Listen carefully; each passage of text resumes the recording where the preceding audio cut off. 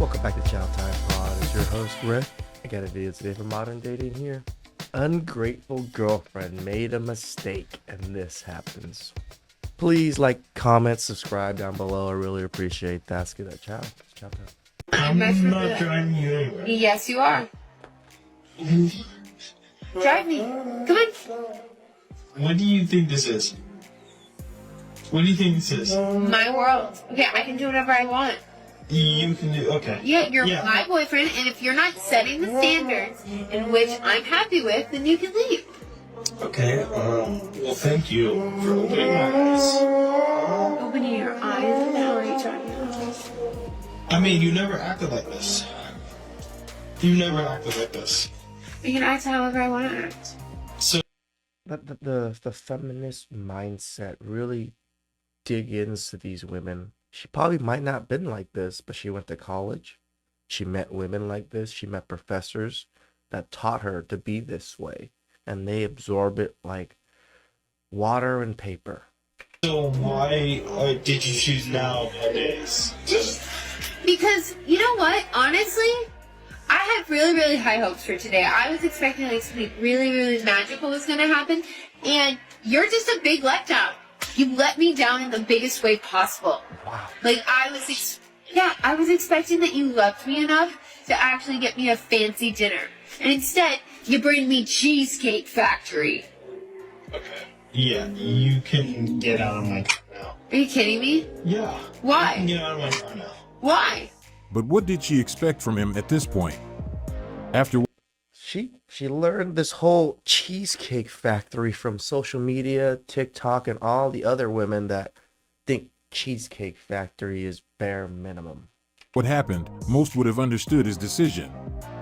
Because, I mean, I've heard all that I need to hear. I mean, I'm not, if you don't want cheesecake, I won't pay for it. Alright, I'll go in by myself, but My man. you can do whatever you want then for your special day. Are you serious? Yeah, yes, I'm serious. This is something for... You're not gonna drive me home. She's right. It's her world, and she can act however she wants on the outside of my car and my life. She just did the best favor by exposing herself. Correct. I love See, she hid it. Either she hid it the whole time that she was like this, or she learned this behavior very, very recently. And either way, get the hell out of here. Cheesecake Factory, and I can afford to eat anywhere I want. I don't understand these ungrateful people. What's wrong with Cheesecake Factory? I'm still confused. Don't by take that. her home.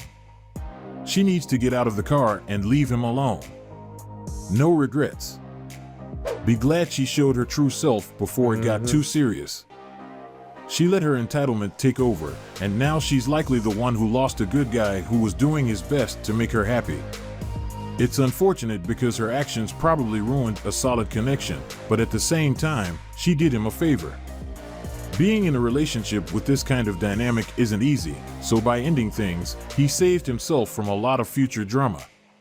She is displaying interesting behavior, and he took that into account when he asked her to leave his car. Yeah, see, it could be a skit just the way it is because he's filming, but he could be filming just to protect himself. This entitlement is not out of the norm.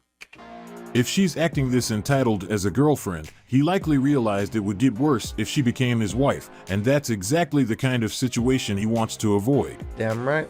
There's no doubt that social media has influenced her mindset. With this new wave of women constantly stating what they think they deserve online, it's easy to see how she might have adopted an inflated sense of entitlement.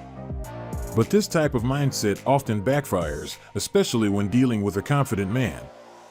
Men who know their worth are very selective about the women they allow by their side, and they don't overlook behaviors that signal future drama. She needs to realize that what works in theory on social media doesn't always translate into a successful real-life relationship. She was right when she mentioned that this is her world, and she can do whatever she wants. You can. But she forgot that she was in his car. He also has the right to decide who gets to share it with him. That's why he made the decision to cut ties. It no longer made sense to invest in a relationship where respect was lacking. It's also important to note how things have shifted in dating. Not long ago, relationships were more natural and organic. People used to go out just to enjoy each other's company and spend quality time together.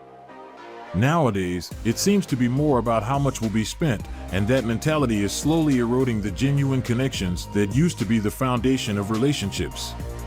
He thought he would have a great first date until she displayed a huge red flag. So he had to end things before it started. Hey, thanks for getting the door for me. That was sweet of you. Oh, no problem. You know, we always get the door on the first date. Well, still, my ex never got the door for me, and I was with him for 5 years. Oh, wow. How long have you been broken up for? We've been done for 2 years now, but he still be doing petty stuff to get my attention. Like, boy, ain't nobody thinking about you or your new lame girlfriend. Like, please. Why are you talking about your ex on the first date, on the first time we meet each other? I know this is a skit. I got it, guys. Just calm down with saying things are skits. I know. I bet if she knew that he was still bothering me, she would leave him. Yeah, I ain't worried about your ex, though. Which one to get food at? It don't matter. Anywhere but Fridays, though, because my ex used to take me to Fridays on Friday after 10 with his cheap self. Like, seriously. That's crazy. That's crazy. Oh, I like your shoes. Thank you. Yeah, my ex be wearing Crocs with the Nike pins. Like, You know boy, what? get out of here with them crikeys on. Like, ugh, you can't even dress. Ugh. She called them crikeys? Croc Nikes? That's pretty funny. Anyways, where we going? I'm about to double back to your house the same way you keep doubling back about your ex every 5 seconds. I'm not here. Ain't nobody You're not thinking here with your about ex. him. You're here with me. But ain't nobody thinking about Nah, him. red flag. You going home. She is Red still flag, not go over her home. ex. Why is she trying to meet people when she clearly hasn't moved on? Women always want a man to be emotionally intelligent until he is emotionally intelligent enough to know when he is wasting his time. Yep. Where does your ex live? I'm about to drop you off there. He lives in her head, rent-free. Yep. If someone's bringing up their ex unprovoked that much, they're obviously still checking up on them. Major red flag. If you haven't moved on, stop trying to date. Bringing him up on a first date once is one too many. Why is he at the front of your mind and you can't help but have thoughts and words about him? This man showed incredible patience and grace because most guys would have called it a night between 1 to 3 strikes. Her behavior clearly showed that she still has feelings for her ex, and that's never a good sign on a date. He did the right thing by dropping her off because it's obvious this date would revolve around her ex and no one has time for it. If she redirects the conversation to her past relationship, it's a strong indicator that she hasn't moved on. If she constantly brings up her ex, it shows she is still emotionally invested in that previous relationship. I mean, I do admit, in certain conversations, in certain contexts, yeah, you talk about your exes, things come up, but without unprovoked, almost every conversation relays back to your ex. That's a problem. I've had conversations where we're talking about relationships, and then I would bring up my ex, and someone got mad about it, or the person that I was talking to got mad about it. I was like, "Why are you bringing up your ex?"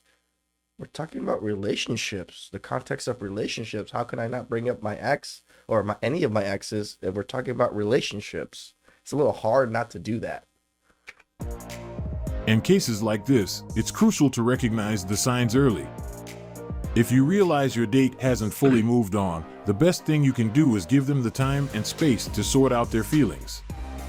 You don't want to be involved with someone who's still hung up on their ex because that's a recipe for emotional baggage and potential heartbreak down the line.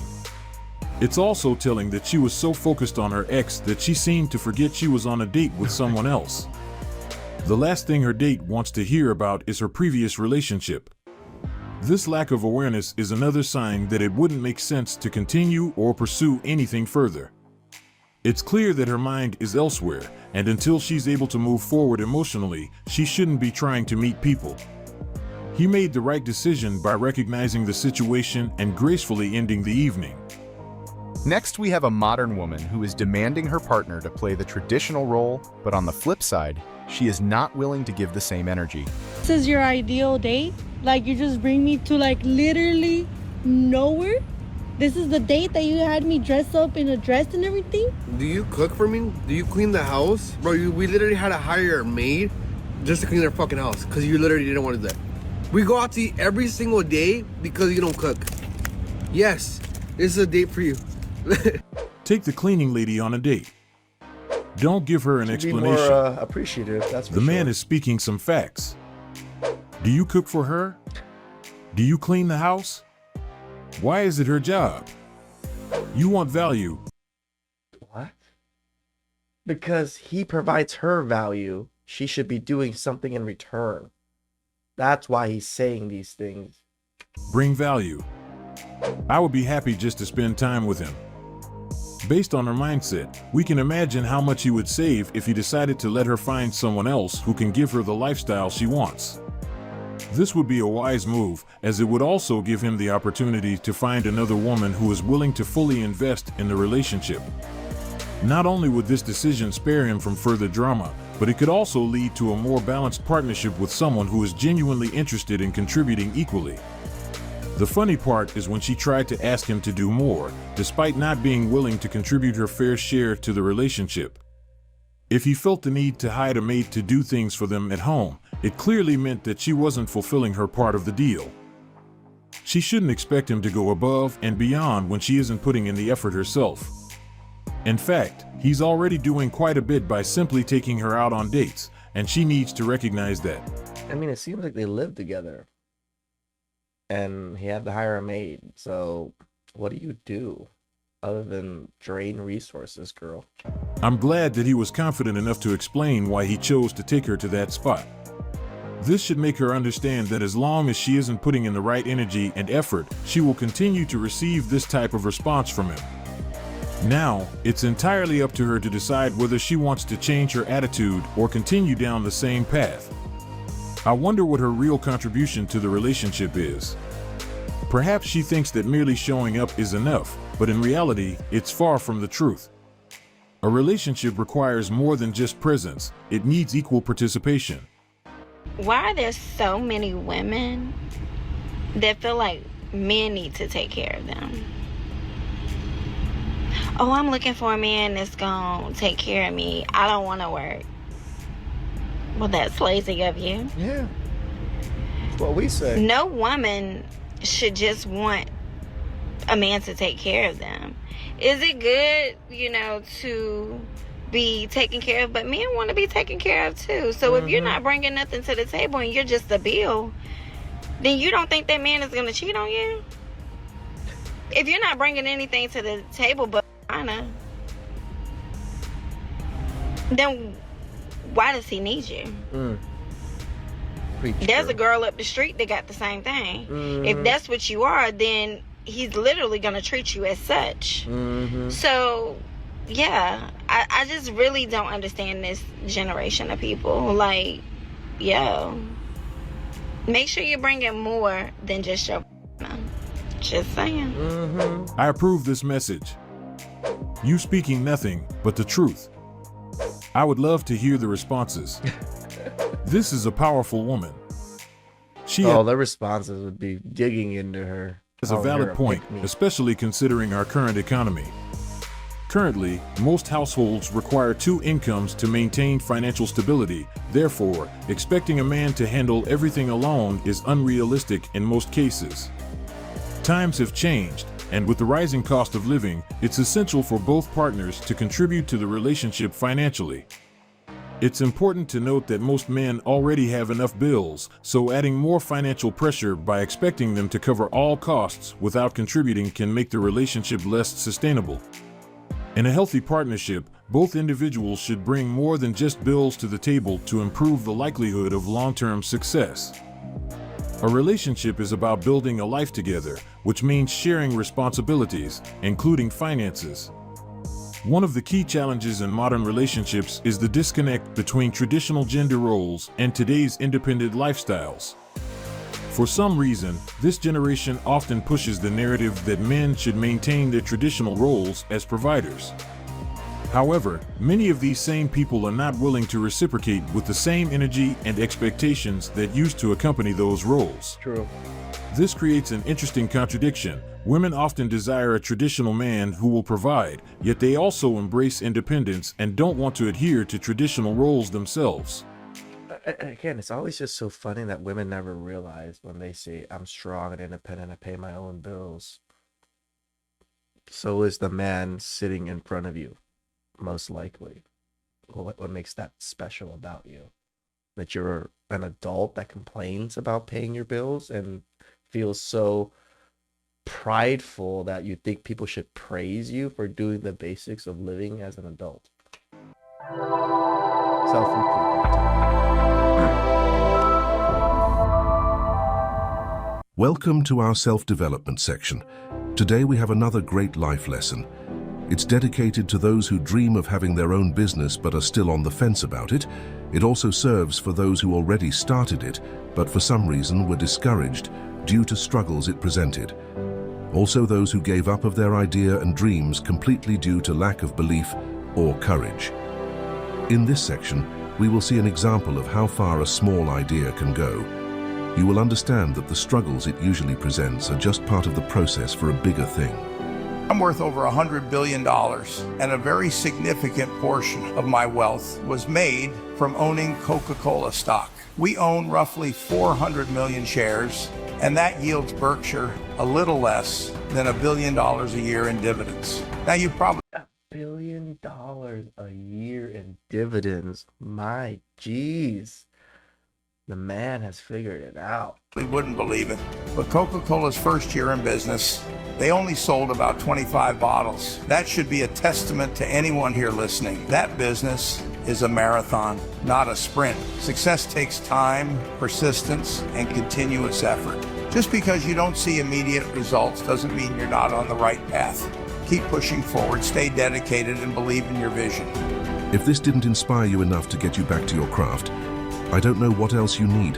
What other proof do you need to let you know that whatever you are thinking or working on can actually work? It can actually become something big. All you have to do is believe and work on it. Every single successful business you know about at one point was just an idea, and at some point, the person who had that idea decided to act on it. They knew that they had to do something to make it work. But don't fool yourself into thinking that they didn't face any challenges, because they did. And I am certain that there was a lot of challenges along the way, just like Coca-Cola had. But the difference between Coca-Cola and other companies that didn't make it is the fact that Coca-Cola's owner didn't give up. He knew that if he gave up on it, the company would have failed. So he decided to keep going, even when the results weren't promising. And this is the mindset I want all of you to have. You need to keep going. Don't even stop until you achieve the level of success you want. The other thing. This is why what I always say, the stumble forward and stay confused, feels so powerful when it comes to these types of things. Because you're never going to know. You never know where you're going to end up. You don't know what business is going to be in 10 years. You don't know what's going to happen. But you have to keep going. Business fails for a year or two, pick it back up, move forward. Next 2 years might be the best years of your lives. You don't know. But put a significant amount of effort, guys. Don't think that a year or two is going to be enough. Sometimes it takes 2-3 years. Sometimes it takes a decade. You don't know until you try. The thing I want you guys to work on is self-belief. You must believe in yourself. For this to work, it must come from you. You need to see it before it happens. Don't expect people to believe in your dream because they won't. So your dreams depend on you only. So don't let it down. Bring it to life. Do the same thing the Coca-Cola owner did. He kept pushing it, even though things weren't good. So if your business is failing, keep pushing it, make the necessary adjustments, but never quit. And remember, you only have a failed business when you give up on it. You never lose or fail. Instead, you learn and move on. This is the winner's mindset, and I want all of you to adopt the same mindset. And I hope you guys don't take these advices as it's made for everyone. No, this people that want to be a business person, want to create business, wants to start a business that they've always dreamed of, but didn't know what to do. It doesn't matter if you don't know what to do. Just get started, and you'll figure it out. Please extract down below. I really appreciate that. I'll see you guys next time.